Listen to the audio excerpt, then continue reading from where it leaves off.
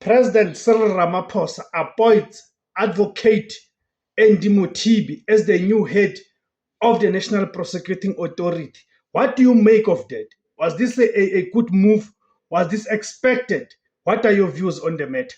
As you guys know that Shamila Patoi, the much discredited Shamila Patoi, her contract is expiring at the end of this month. Okay, she's been at the head of the NPA for 7 years. She's been a complete disaster. If we are to be honest, as a country, Shamila Patoi has been a disaster to the NPA.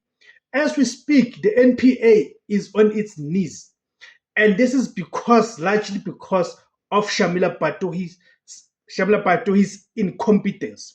She's utterly incompetent and unfortunately she's been useless to the institution. And remember, she's an